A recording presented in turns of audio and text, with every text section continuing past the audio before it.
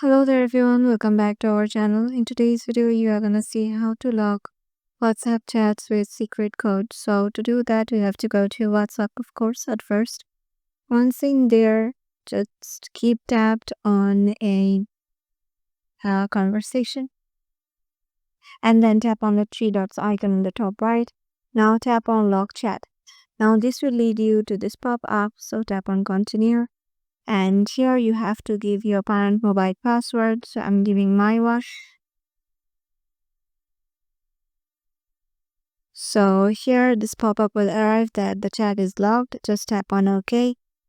And here you will find the locked chat option. So just tap on locked chats and give your phone's password.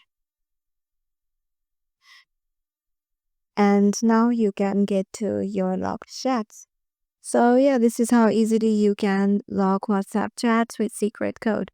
Hope this video will help you out and let us know in the comment section how it worked for you. And we hope to see you in the next video.